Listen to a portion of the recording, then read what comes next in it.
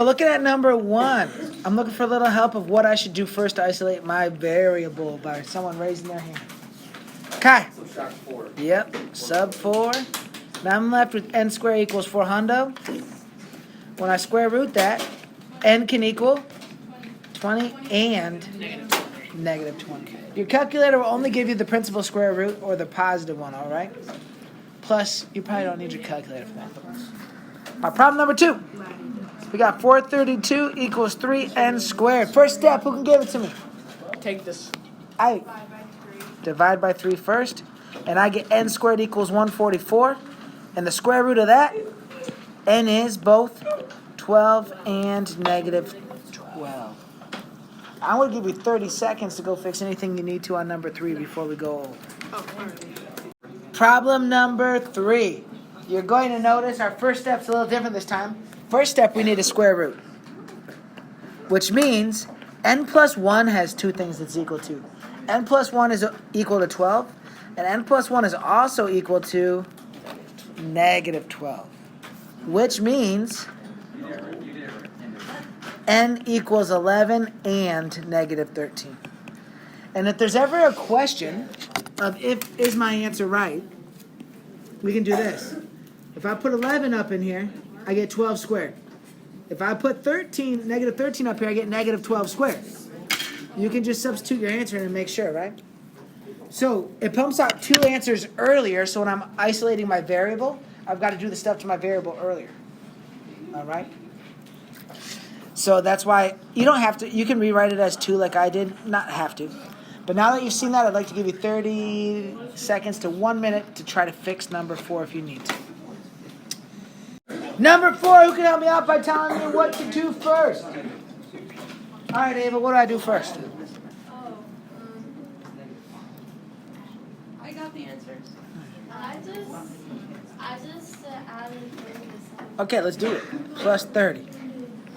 So I know that n minus 5 squared equals 100. Ryan, what would you do next then? So you need to find out what answers equal 10 because 10 squared is 100. Okay, 10 squared. I like that. So if you put 15 in there, you get 10. And then squared would be 100 minus 30 is 70. And then you could also get negative 10 by putting negative 5 in there. You get negative 10 squared, which is also 100. So you use some great reasoning. Let me show you how the algebra works out. If we square root here, n minus 5 can equal 10, and n minus 5 can equal negative 10. So here's our 15, and here's our negative 5. There we go. 2 answers. All right, hope you're ready to cool it down. All right, here's your cool down. You have 1 minute to cool yourselves down. Got to cool it. All right, my first move is to subtract 100 from both sides. That's what I did. I have n minus 2 squared equals 49. Then I can square root 49 to get both 7 and negative 7. When I add 2 to my 2 answers, I get 2 new answers of 9 and negative 5. And if you're wondering, hey, does that work? You throw it up in here. 9 minus 2 is 7 squared is that 49 I need. You throw that negative 5 up in there. Negative 5 minus 2 is negative 7, which you square is the 49 we need. You can always check. Let's warm up on lesson 4 next. We already know factored quadratics, which this kind of deals with. You need to find the value of x that makes every one of these things true. You've already been doing this. That's why we're doing 2 lessons in one day. I think we're going to be golden. Pay attention. Things get a little different starting at number 4, but there's a little connection between 3 and 4 you can consider as you get there, all right? So, find the values of x that make each equation true. You're looking for that 0. Problem number 1, what could x be? 3. Because 3 minus 3 is 0. Problem number 2. Negative 11. Because negative 11 plus 11 is 0. Problem number 3.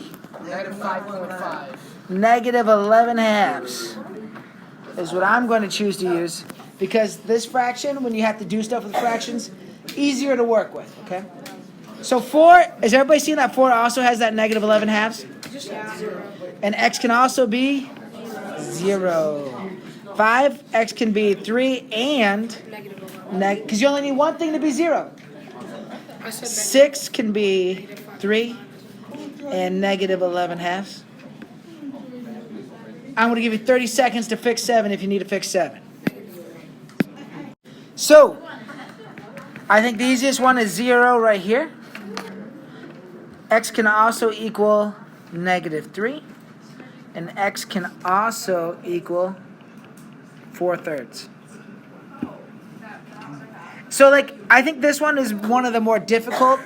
Don't be afraid to just pop out over here and do 2 steps of algebra. Right? Isolate your variable.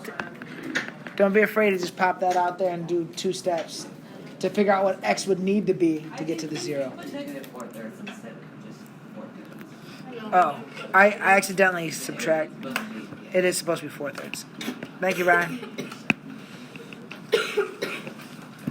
And you can always check it by plugging it in. Get one thing to equal 0, the whole thing equals 0. You only need one. So, next with your, this is going to be it before cool down. This is the same function for the height of something that's being a projectile. You need to talk with your partner and decide which one's easier to use to find when it hits the ground and why. And then say when it hits the ground. Let's go. All right, y'all, let's take a vote. Who thinks standard form's easier? Who thinks factor form's easier? Yeah, because guess what? 6 seconds makes it 0, right? We're just looking at it. If we can get either term to be 0, it works. Now, this one, there is a 0, right? Negative 3/5. But that doesn't make sense in context to have negative 3/5 of a sentence. Why do we have a negative 0 that doesn't make sense? Because that means that before time, It's because it's thrown from 18 feet. Right? It's thrown from 18 feet.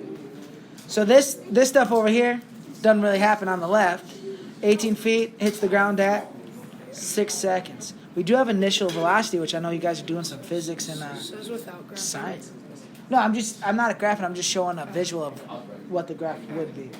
We did it right here. 6. Boom. We could just look and go. All right, let's cool it down. Mr. Mack, when do you think my test will be graded? Let's go over the cool down. X can be negative 5. It can also be 3 halves. That's what I got. Let's go. Back to your assigned seats.